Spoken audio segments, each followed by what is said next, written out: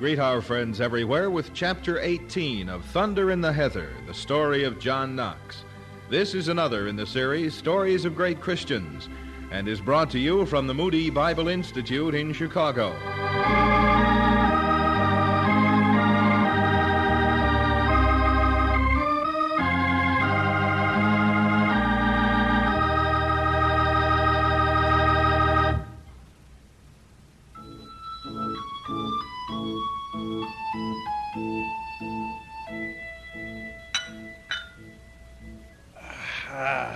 It was a fine meal, Lady Ochiltree. It is our pleasure to have you at our table, John. Aye, I love to hear you talk. You must forgive my daughter's impulsiveness. Her tongue has led her around since the first day she could speak a word. Perhaps so much practicing has given her a graceful speech. Well, after wagging it for almost 17 years, I should hope so. Lady Ochiltree and I were afraid you might send word that you could not come today. And miss a fine meal and good friends? Not John Knox. We were at court the day Mary heard your sermon against her. Aye, there was quite a storm. She vowed she would charge you with treason. Oh, which is ridiculous. Not so ridiculous, young Margaret. It is difficult to know how far she will go. She is more woman than queen. Aye. Now, what does that mean? It means, my dear Anne, that she is up and down in the way of women. 1 minute merry as a lark, the next weeping with a heart that is all but broken, the next stamping about in a regular fury. And just when you think you know her mind, she smiles again. Aye. Oh, Margaret. Well, Father, you say that about almost every woman. Well, it's true. I expect you'll be running around weeping in a minute. Now, dinna be giving her ideas, Robert. You won't find me crying. Not while Mr. Knox is here. Margaret? So the Queen is to charge me with treason. So she says. Well, if it's treason to rise up against the powers of evil, I suppose I am a traitor. Rise up? For 4 years, I've played seek and find with that Queen. A child's game of running to and fro, trying to find her out, her trying to find me. And the end of it being that she's done nothing that I asked for the Kirk of Scotland, but stall for time. It is true she's skillful at that. And why not? Didn't her mother, the Queen Regent, play the same game? Our Kirk must have money. Some settlement of the fortunes that were held by the Kirk of Rome. How can we pay our preachers? How can we extend the church with no money? Yet Mary fiddles and dances while the preachers of the Word of God starve to death on the streets of Edinburgh. What has she given to me but pretty flatteries, idle words, and empty tokens of good intentions for the Kirk? The people of Scotland have waited long enough. The time has come for a second revolution in this realm. Oh, my heart sinks to hear you speak, John.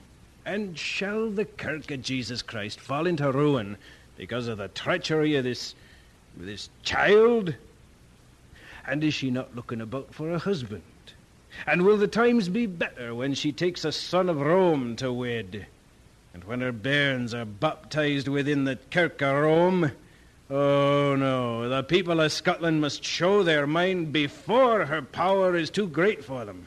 I'm not surprised she is afraid of you. I heard some lords at court whispering that she dreads meeting with you again. If she fears me, it's because she knows her deceit is found out. Weep and flatter and smile all she will. She knows she cannot move me. I know she cannot. Well, the evening has been as pleasant as ever could be. And I thank you, but I must be getting back to my own bairns. You must bring them with you to visit us the next time you come. I do. I should like to see them again. They're much more intelligent than lads of 7 and 6. And no mother. With thanks again. John, please, when the people are ready to move, tell me of your plans. Aye, I will. I can use a strong voice of support at court. So many of my other lords have left me like faithless wives for Mary. I'll walk out with you to the courtyard. I should like to know what teaching you would give, considering in the book of Romans. I've been reading it every day.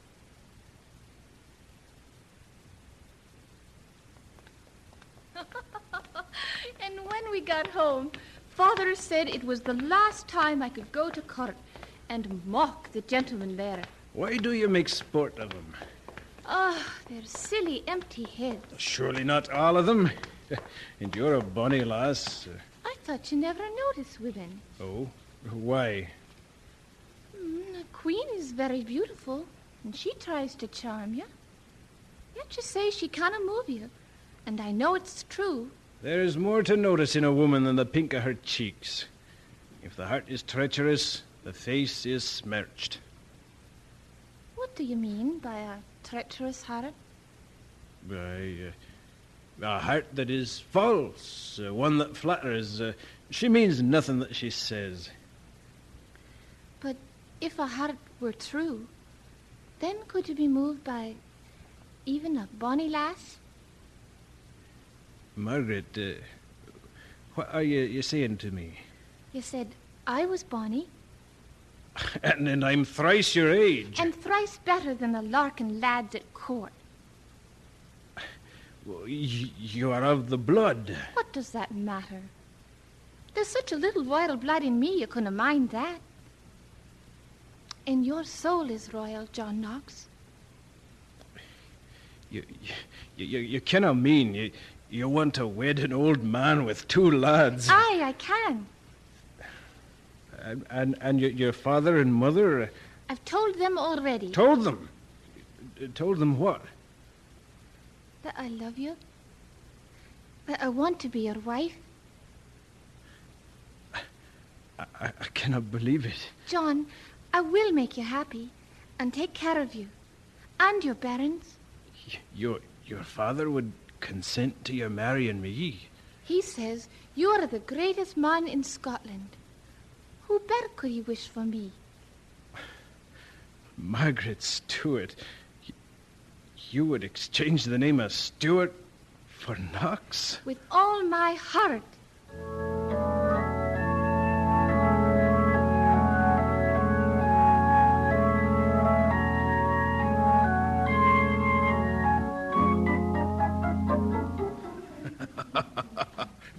Who would have thought your enemy would beat you to the altar, madame? It's the funniest jest I've heard all week.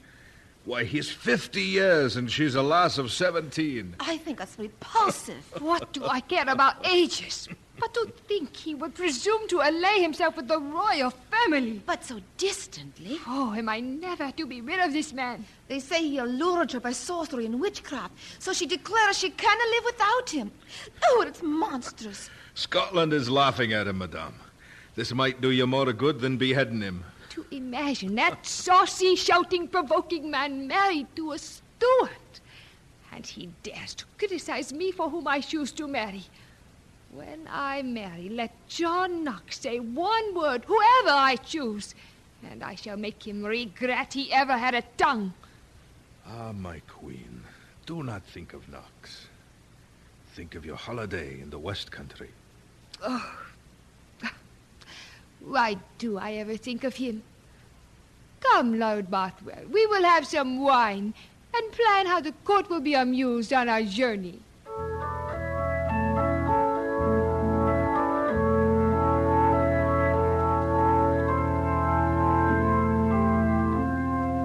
And on this Sabbath day, we must once again turn our thoughts to the Word of God and the meaning of our salvation. The Kirk in Scotland has suffered greatly in the last few years. Those who Lord preach Bothwell. the gospel have wandered hungry. What is it? Without You the must proper return wealth to immediately clothe, to the palace. Which none with Has none the to queen help. returned? No, The people have had to but the travel people far found to out that attend Mass church. was being said there. And the schools Even in her that John absence, Knox set up A crowd have has fallen forced into its ruin way for into the lack of royal chapel. There's the brawl in there. gospel of Jesus They say the Christ. priest is in danger.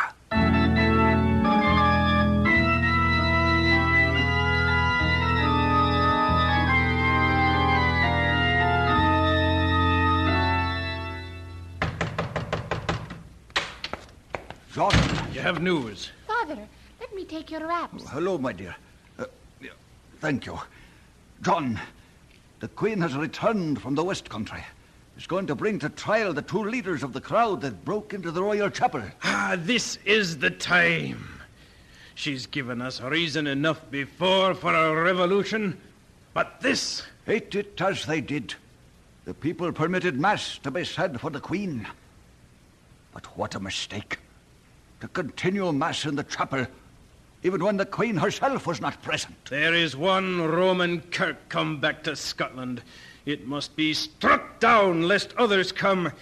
And if that kirk be in the palace, all the better, Ochiltree. Oh, Father, John has been writing letters night and day like a madman. I'm sending letters to strategic places throughout Scotland to spread the news of the Queen's intention to bring these two leaders to trial. The Roman kirk is outlawed in Scotland, and these men were upholding the law. For this, our Jezebel brings them to trial. Our kirk must rise to its own defense. We must have a great company of Scots present at this trial. And if sentence is passed on them, the Queen will hear a new sound, the war cry of the Scots.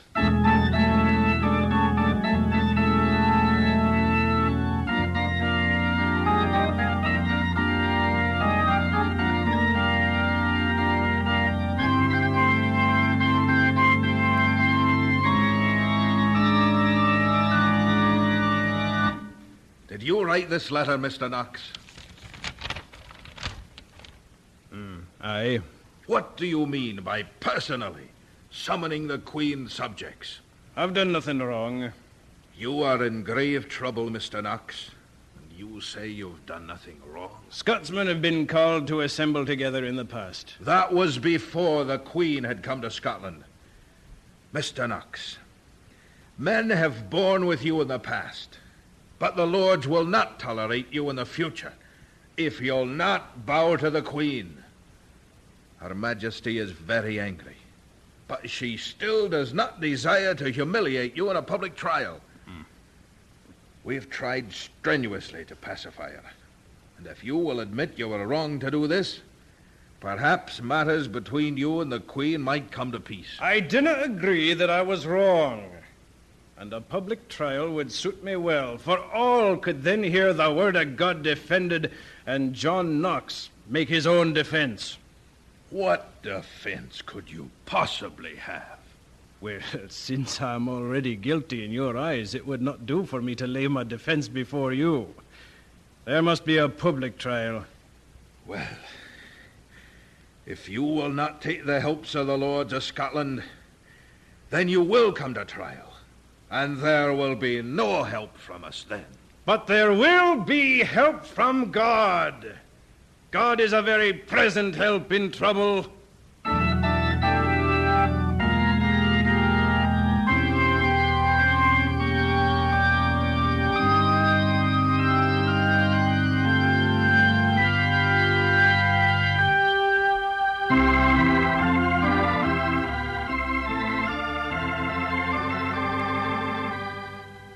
And so we conclude Chapter 18 of Thunder in the Heather, the story of John Knox. This has been another in the series Stories of Great Christians, and was produced in the radio studios of the Moody Bible Institute of Chicago.